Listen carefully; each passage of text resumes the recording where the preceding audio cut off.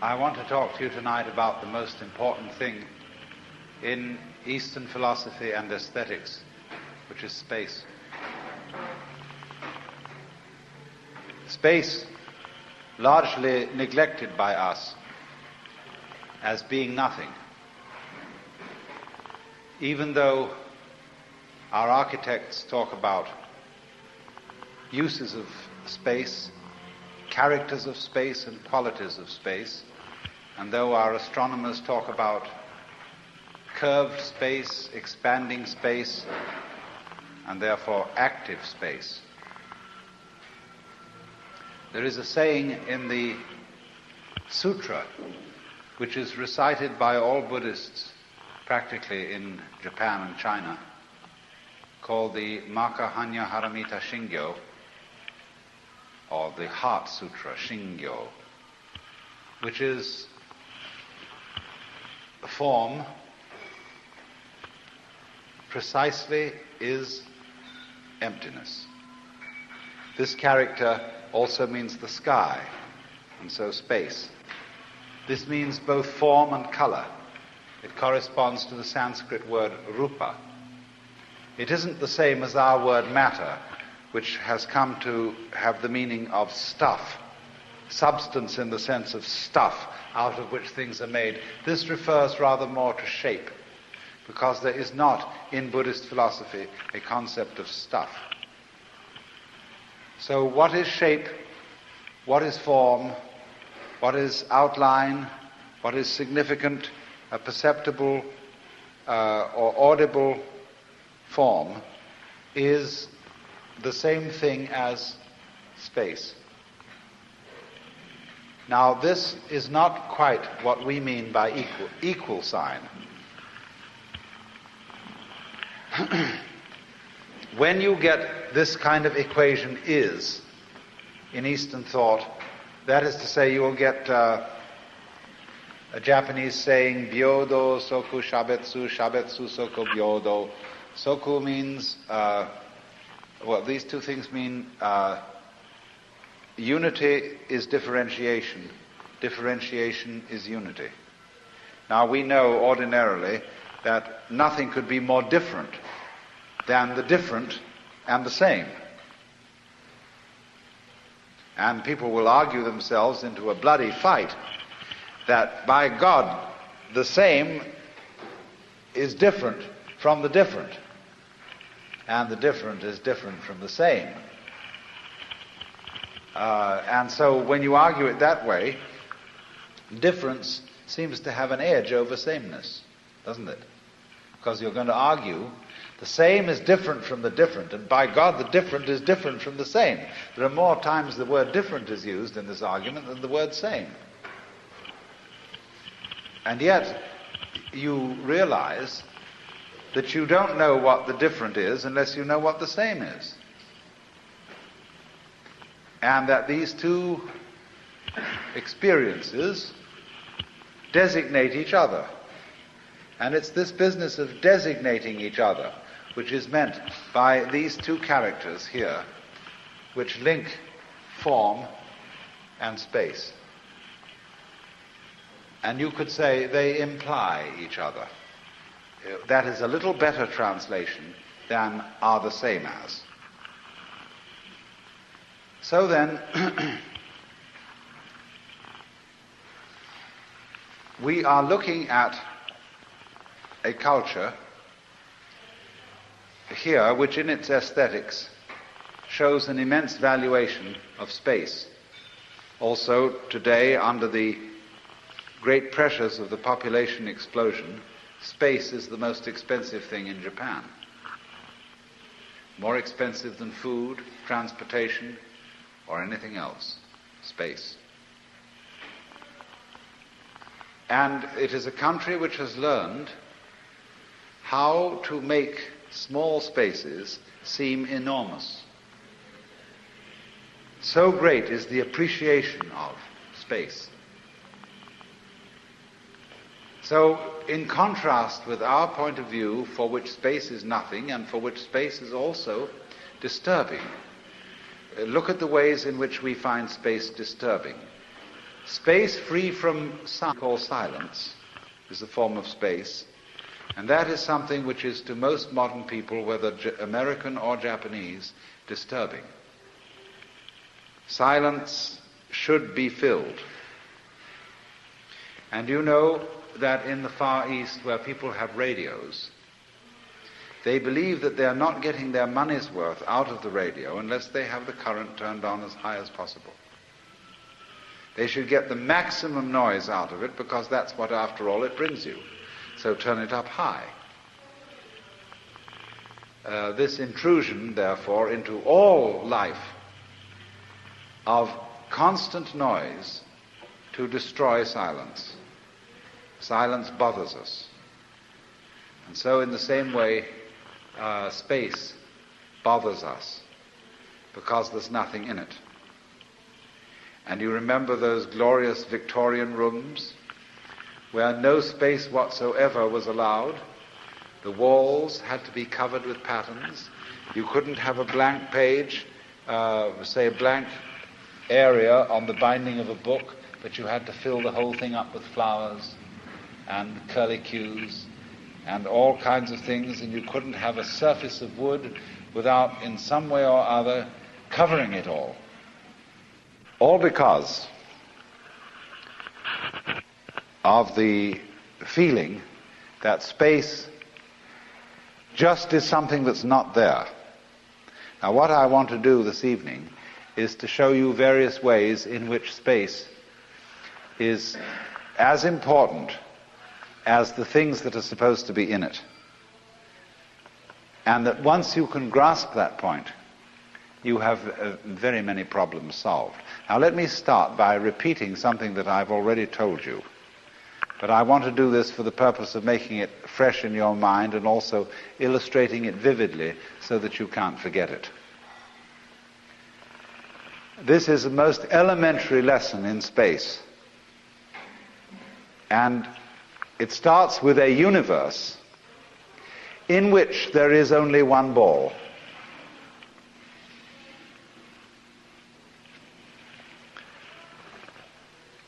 There has to be, of course, in this universe, space surrounding the ball. Because the ball is a solid, and the solid must go with the space. After all, if the ball is all that there is, then it's no ball at all, because nobody can see its limitations. And on the other hand, if the space surrounding it is all that there is, nobody will notice the space, because there won't be anything in it. So we have to start with a primordial world of ball or solid and space. These two poles or qualities, because the human nervous system is so arranged that the neurons constituting it have two possible operations: to fire or not to fire, to be or not to be. And so all thought is founded on an elaborate combination of what you might call yang and yin, or 0 and 1, on which, with these two symbols, you can put all arithmetic on that. And computers use nothing but these symbols, no and yes, to do the most elaborate calculations. So, our way of thinking is entirely based on is you is or is you ain't. And so we have a certain difficulty in realizing something in common between those two, which is suggested, you see, by this phrase, goes with. And about this come endless arguments. But at any rate, here is this universe in which all that there is one ball and space. In this world, of course, no motion is possible, because that ball cannot be said to be moving up or down or to the left or to the right, to the north, south, east or west, above or below, because there is nothing else in relation to which it can move.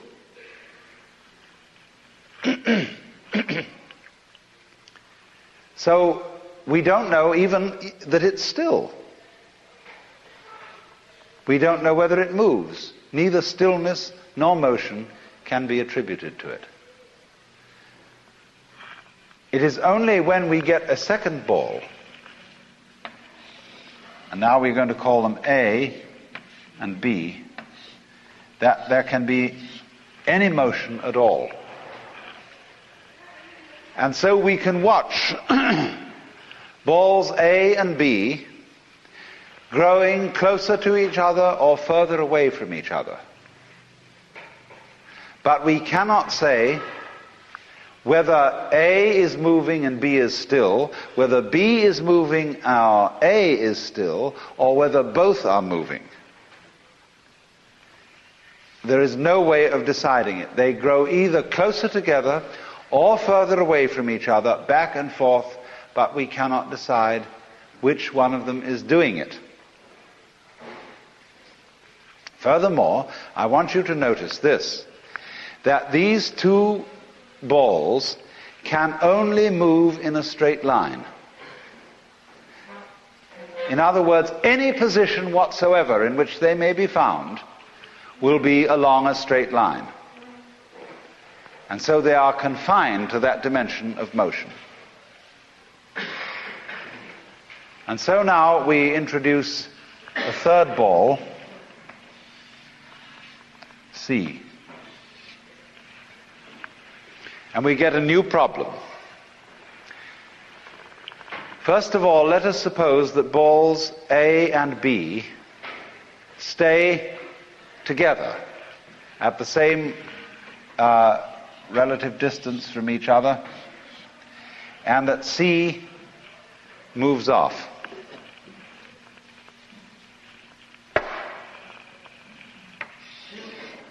C.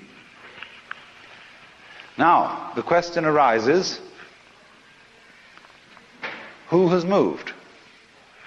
Have A and B moved away from C, or has C moved away from A and B? How is this to be decided? You can decide it only on the rather fallacious basis of the majority being in the right. So that because A and B constitute a majority, they can decide whether they moved away from C or C moved away from them.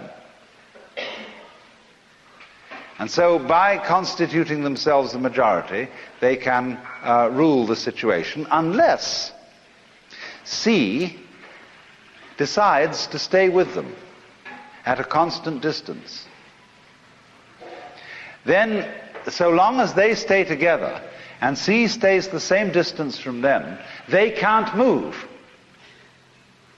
because they can only move in relation to C. The only thing they can do to demonstrate movement is to break it up. If C decides to stay here at this constant distance from them both, you see, the only way they can change the situation is to break up this and for B to move out here.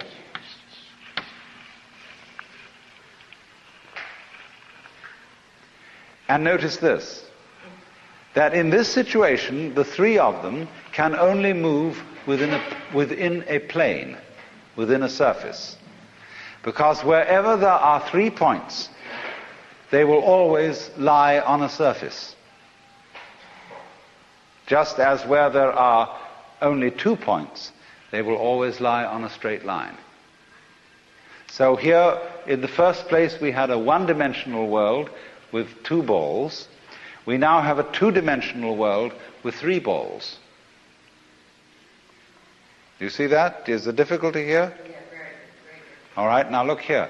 Wherever you have 3 points in space, supposing we're looking now not on the flat surface of the blackboard, but in the volume here, I have 2 fists here.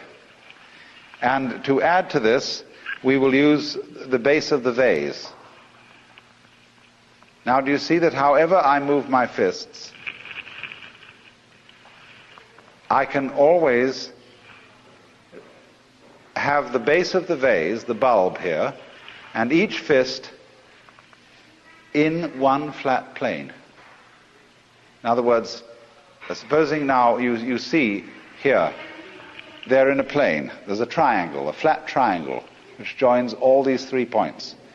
If I move this one, I've simply turned the triangle. If I move it this way, I've turned the triangle again. They're always in a plane.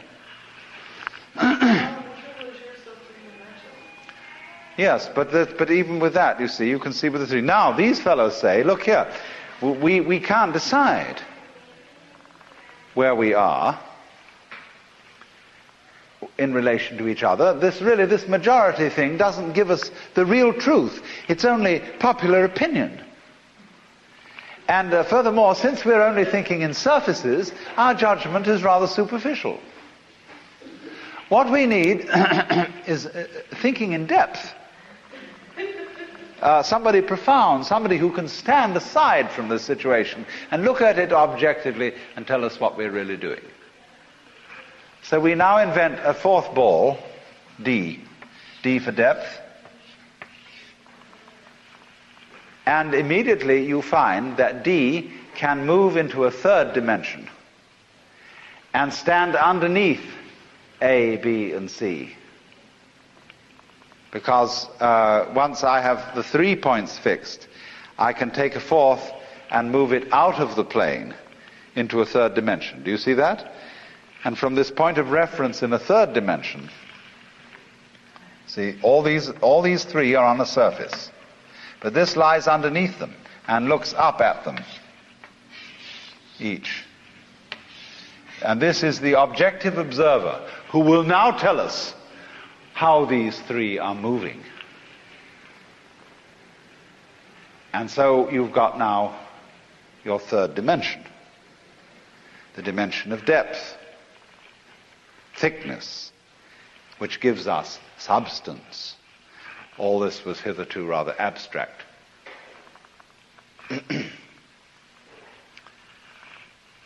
But problems keep cropping up.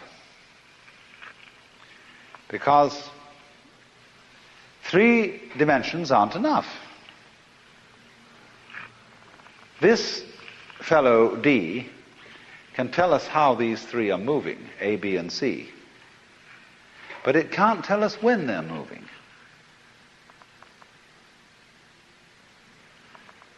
Do you see that? The rate of motion is going to be quite as important as the how and or shall I say the where of their movement.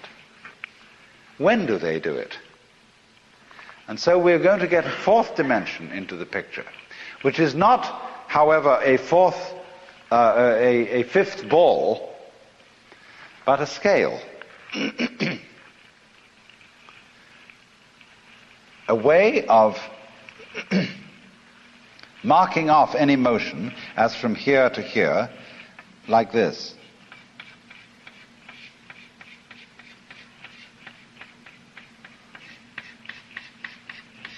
You see? And if we've got this way of saying how much they move in such and such a time,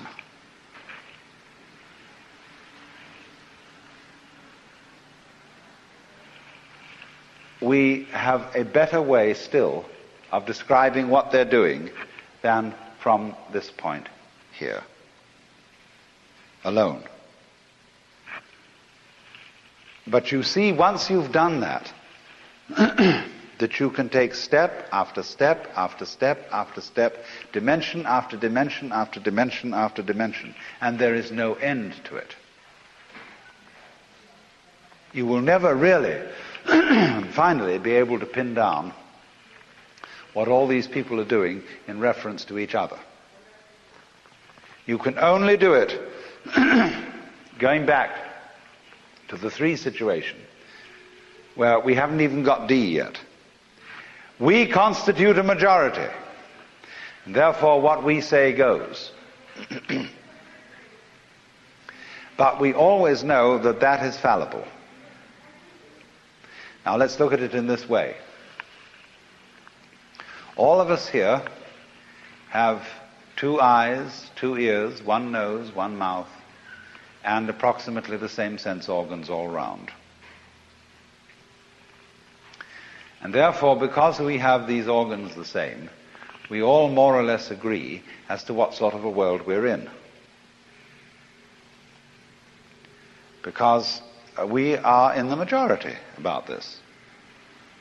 But there are some people who perceive the world differently from us.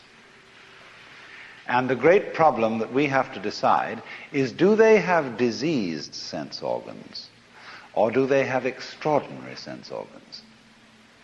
Are their organs worse than ours, or are they on the way to an improvement? We don't like to have to face this question,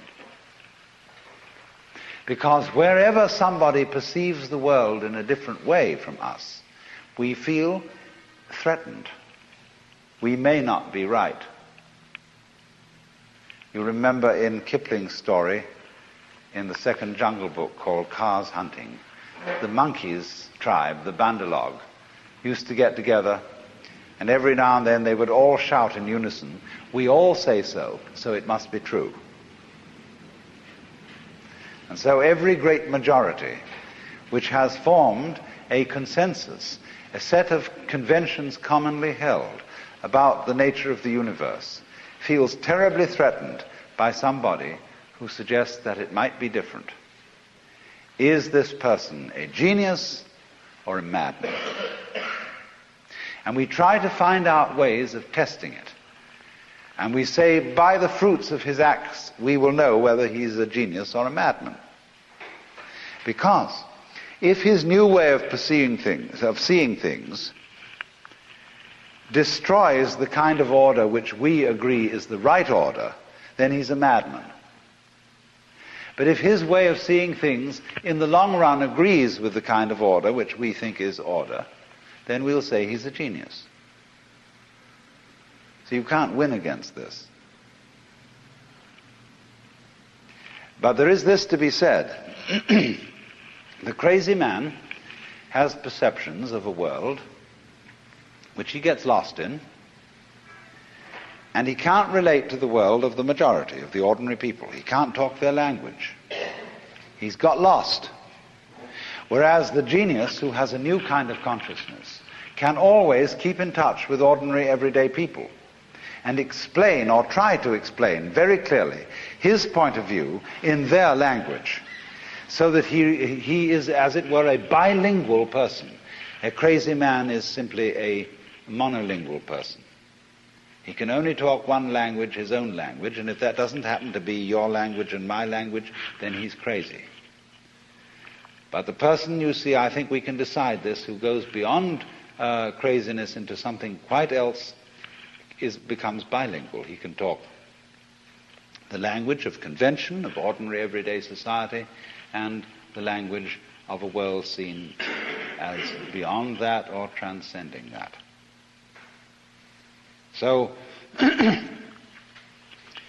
this is what bothers us when we are confronted with new concepts and with revolutionary ideas of the nature of the world. We wonder whether the whole structure of sanity is being threatened or not. Whether this is a crazy man uttering ideas, or whether it is some kind of a new evolution in the structure of thought, even perhaps in the structure of the nervous system.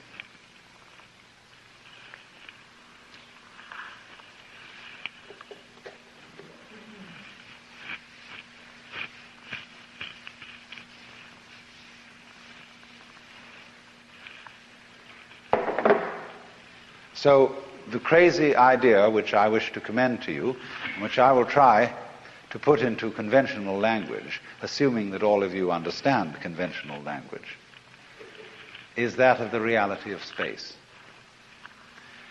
Let's go back to our problem here, where we have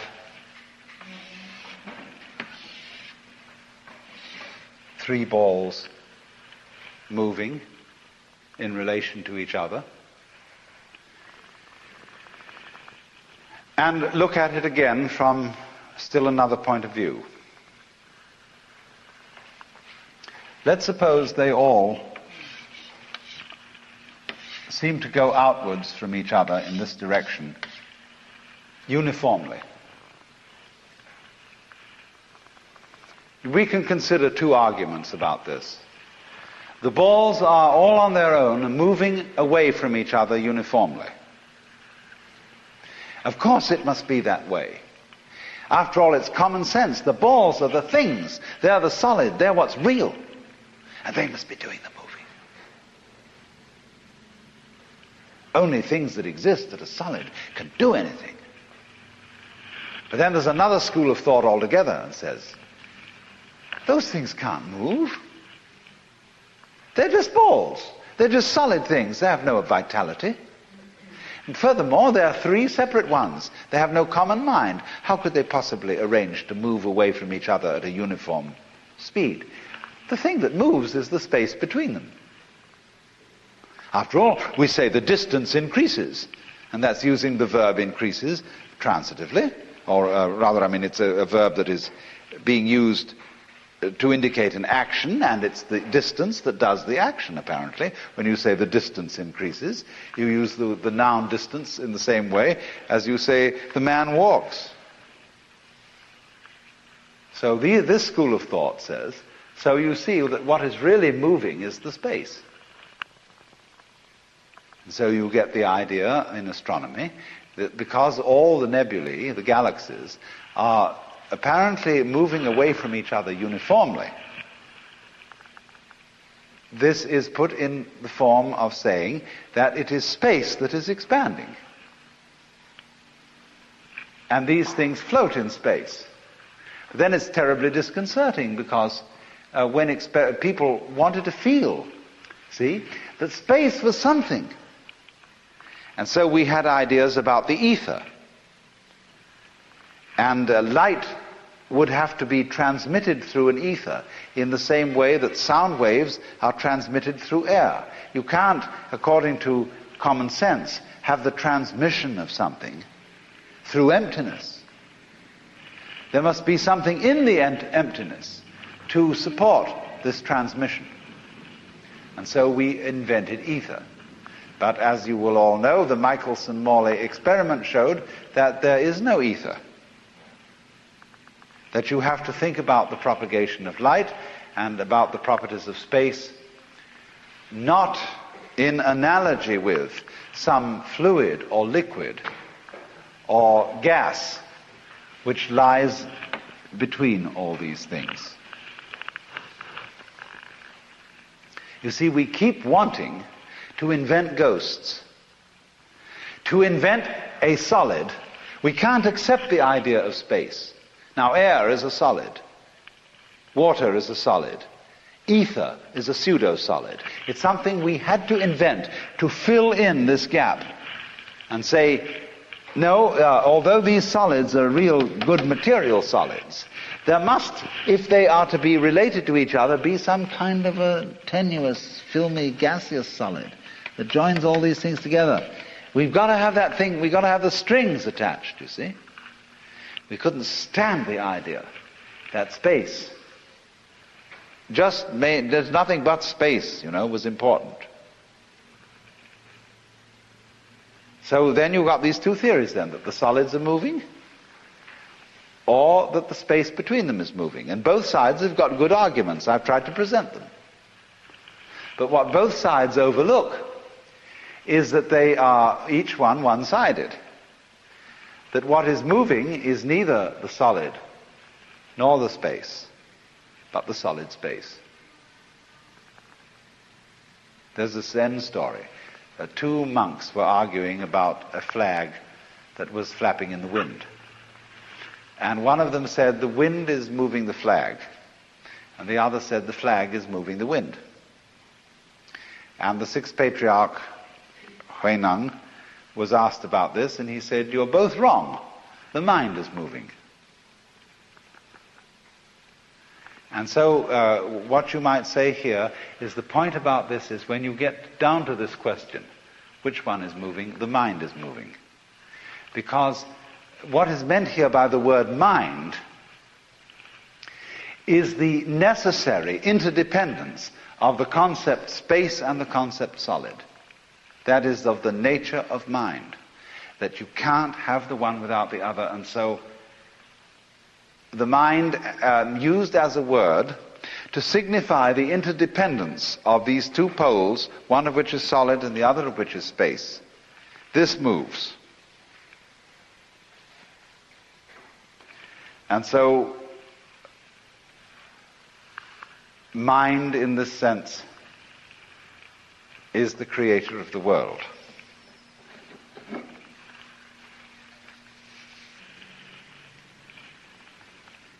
I'm not saying that you imagine the world. Each one of you, out of your own private whimsy, imagines the kind of world that there is. What I'm saying is this, that the construction of the nervous system selects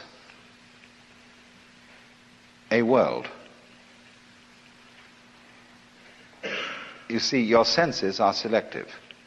There are certain vibrations which they receive and others that they don't. Then on top of your senses comes your noticing what your senses tell, because you don't notice all, and that again is another act of selection. And then on top of that is how you interpret what you notice, what patterns of sense you fit it into, what patterns of reason, what patterns of what you call good judgment.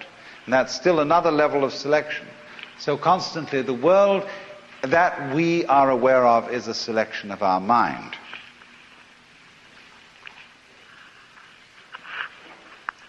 But the way we have, in our culture, selected has always left out space. And rejected that, rejected the interval between things as something relatively insignificant.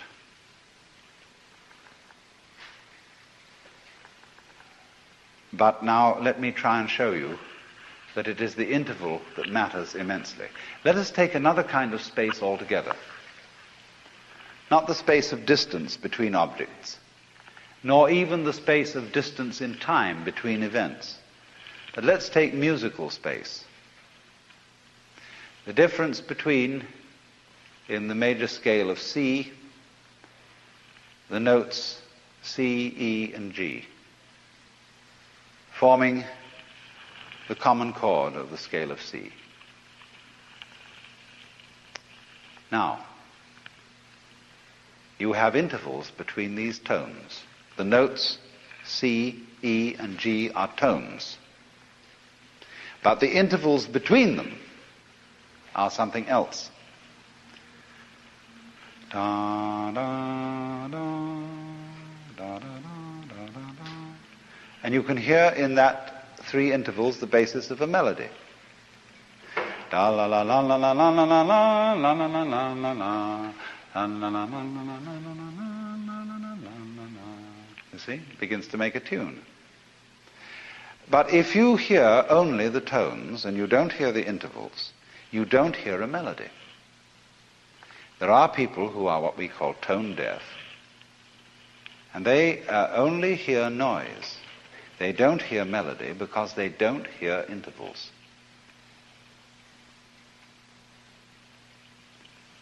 So here's the fascinating thing, that when you hear a melody and sound begins to make sense to you, what you are actually hearing to constitute melody is the space or interval between the tones.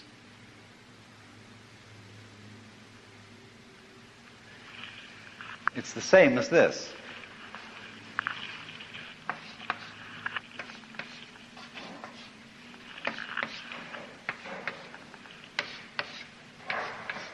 You recognize that?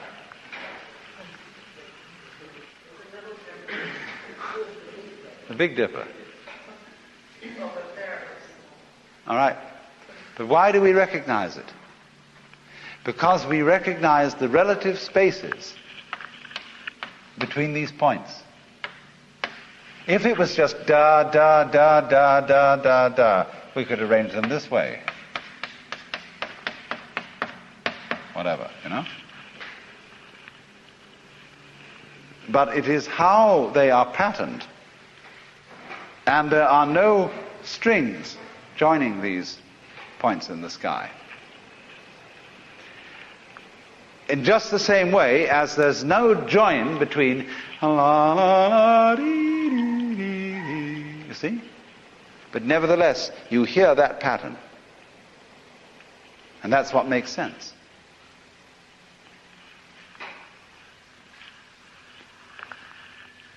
So in the same way, if we increased enormously the magnification of a human hand, we would find a huge multitude or flock of molecules. And we'd look and look and look and look in and in and in, and we'd find those enormous spaces with no strings joining them. And yet when I did this, suddenly all those molecules would move together. Why?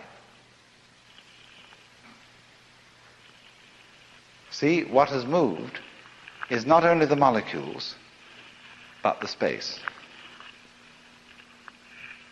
It's like birds in flight move together in the same way. They don't seem to need a leader who gives a signal and says, follow me and do as I show you. They seem to have one mind so that they all move together. All right?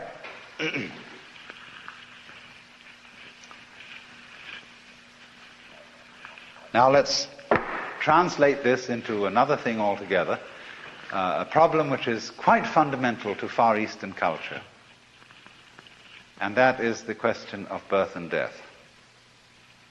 In popular thought in India, and to a slightly lesser extent, but nonetheless powerful extent, China and Japan, people tend somehow to believe that they have many lives. There is a prevalent philosophy of reincarnation, although it's interpreted in many, many different ways. According to some theories, there is in each one of us a soul, which is a permanent and enduring principle, and that incarnates itself in body after body after body, gradually progressing or regressing, and we hope eventually progressing to higher and higher levels of spiritual evolution. But in Buddhist philosophy, the existence of any such soul is denied. There is no permanent ego or permanent soul which moves from life to life. And yet the funny thing is that most Buddhists, for all that they don't believe in any transmigrating soul, they still believe in transmigration. And they talk about the karma which you have been working out from your many past lives, and the karma which you are now creating for your lives to come. And yet, how can they possibly say this? Because they don't believe in any soul which moves from one life to another, any entity that is, as it were, the bearer of this karma.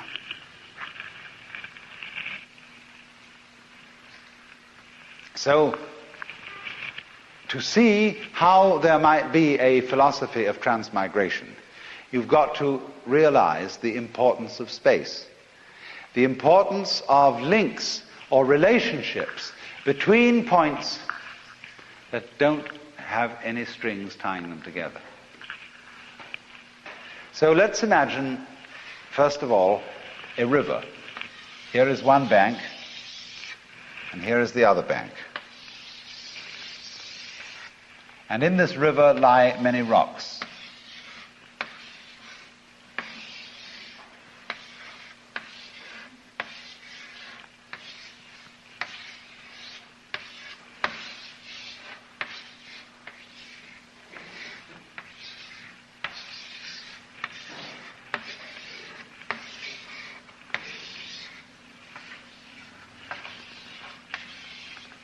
See? Now, I am looking at this river from above because I am standing on a high cliff. But I see down below a man. And he is wanting to cross the river. And he looks at it from the immediate point of view.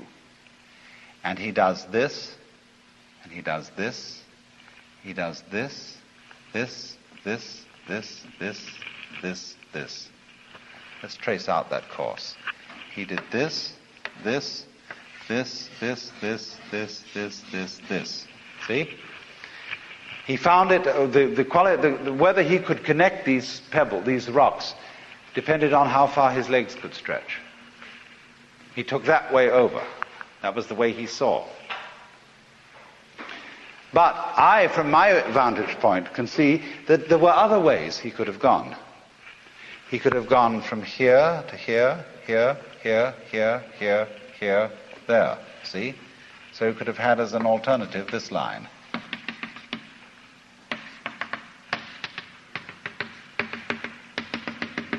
See? And you can pick out other possible ways which he could have gone. And so when you look at the sky at night, you can think of the stars in certain groups of constellations. But that's not the only way you could figure them.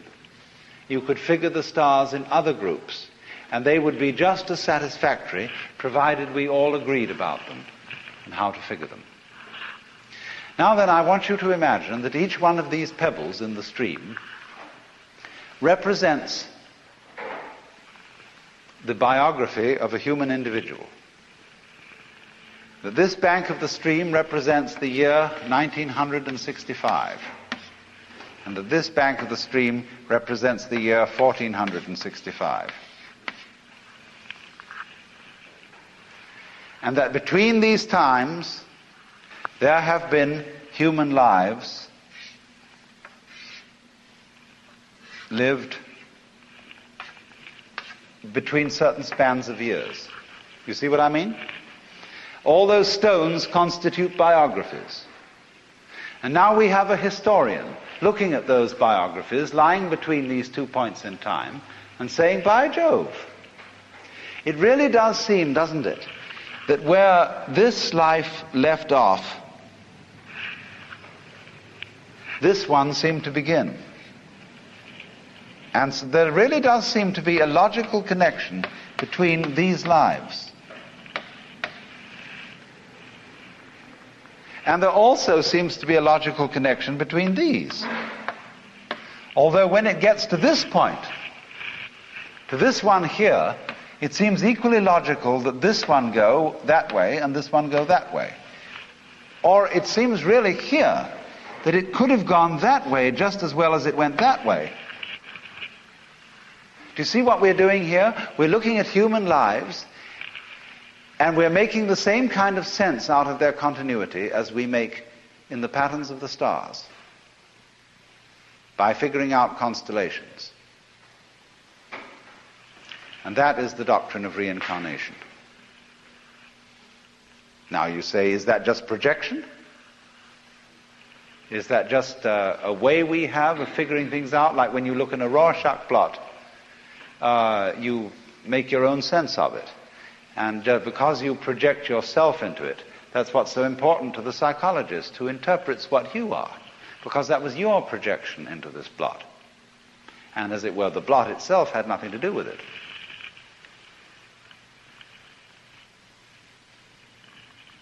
But actually,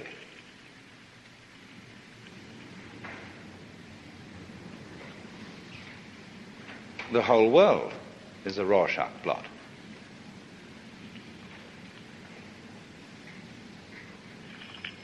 Only we have forced each other to agree about how to interpret it. Because you see, when some abstract figure is drawn,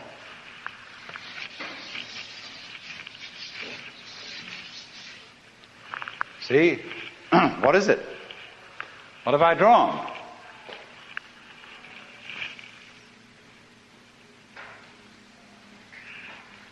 Well, what is it? What does that look like?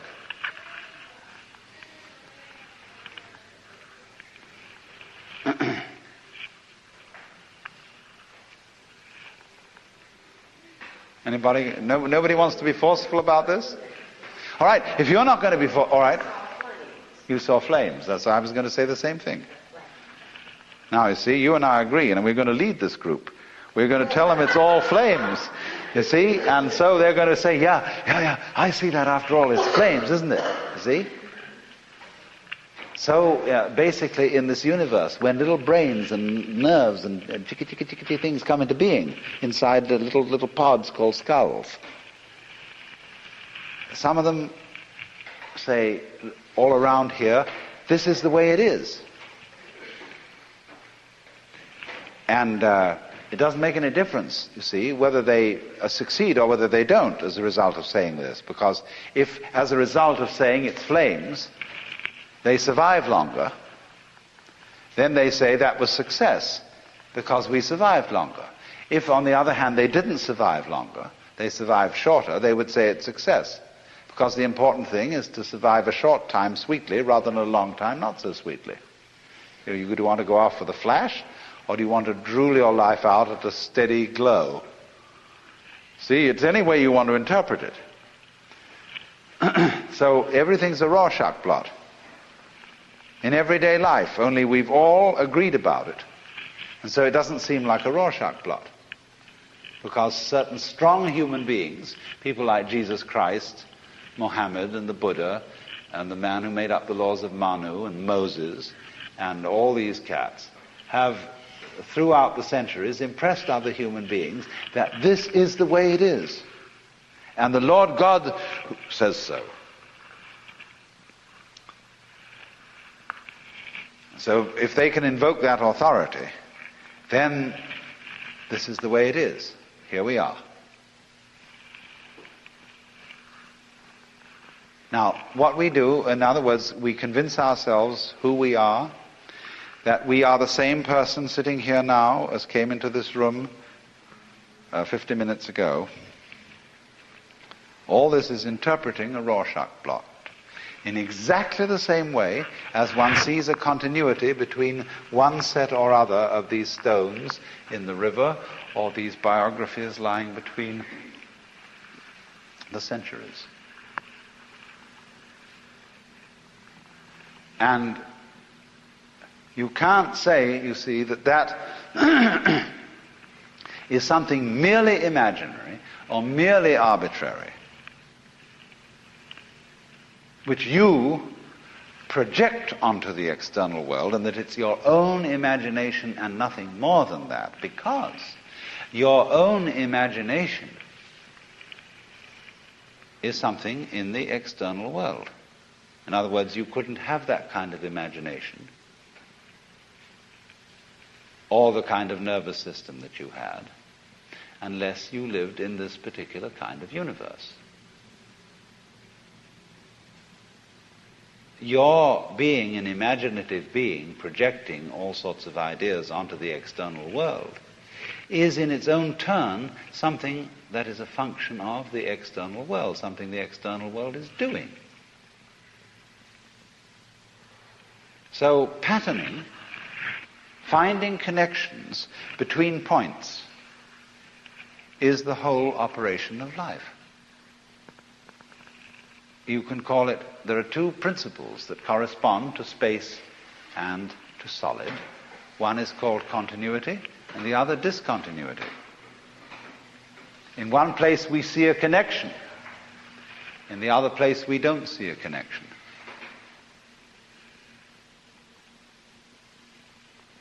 I get your point. I see the connection between one thing you've said and another thing you've said, or between something I thought and something you thought. I don't see your point. I don't see any connection. So if I want you to see one, I have to be very ingenious to get you to see it. Then you recognize it. In other words, I can get you to see these connections, but it's going to be difficult for me to persuade you about this connection here. simply because my fingers won't stretch that far.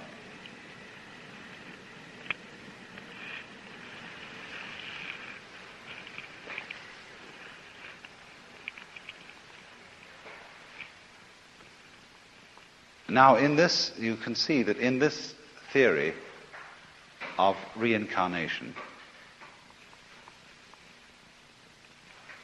there could be, for any one individual life, several individual lives at the next step.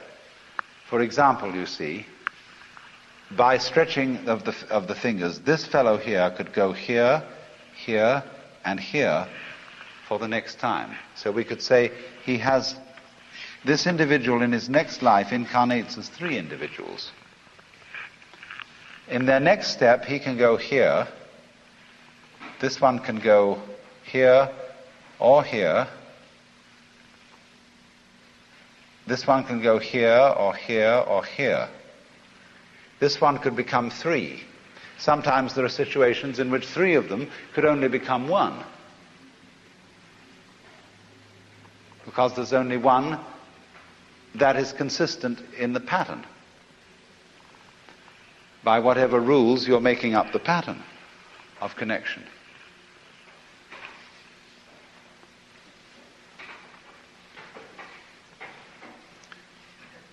Yeah? Can I ask you a question before you run further? Are you suggesting or saying that this pattern is in the eye of the beholder and only in the eye of the beholder, the way the interpretation of the Rorschach test is?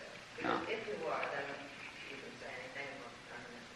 That's a completely different thing. No, I'm saying, yes, I am saying it is in the eye of the beholder, but also that the eye of the beholder is in the world. And the way the eye of the beholder sees has something to do with the structure of the world, which knows itself through the eye of the beholder. But what is it that can go one of three different ways, and where is the identity between these three things? The identity of it is in the identity of a pattern which you can see as linking them. But what is that? All right, let me put it exactly in this way. Let us consider the University of California. The University of California has endured for many years and will endure doubtless for many, many years to come. And in the course of its endurance, all the students, all the members of the faculty and staff, and indeed all the buildings will change completely. And yet the University of California will go on. What is it that goes on? A pattern, which is identifiable as a university, and in particular as the University of California. In that geographical spot. That's one of the rules of identification. Actually, the University of California has about 7 campuses, and its geographical location is somewhat vague, and as compared, say, with Harvard. And nevertheless, the thing is recognizable, because But precisely what is recognizable here? What goes on? the pattern. But what is that pattern? Well, I'm talking in this case, I mean, let's supposing... Personality, there is a pattern, you mean a... Yes. In other words, we're going to say there is a pattern of personality and character behavior between this one and this one and this one and this one and this one, or this one and this one, which makes them look as if they were continuations of each other. Certain people do show similarities. Yes, right, of course. Of course. In other words, there is a pattern that links all of us, because we wouldn't be here unless there was. Our being here together indicates a certain common-mindedness and a certain degree of pattern. We are, in a sense, therefore, sitting around here, all reincarnations of each other. And the same thing is true of all human beings. Yes, but you can see patterns. In other words, when you look at the sparks in the soot against the back of a fire, and they're all coming and going, coming and going, coming and going, and you can see all sorts of patterns in those sparks, and all of them are right. They're all legitimate. They depend, of course, on your vision, but you, in turn, your brain, your neurons, is part of the same world in which those sparks are coming and going on the back of the fireplace. So, The fundamental thing then that one needs to see, though, is that what I've been talking about as the links here, there are no links except spatial relationships, just as between the stars in the Big Dipper and as between the tones in music. There is a spatial or interval relationship between them. And this is what makes the sense.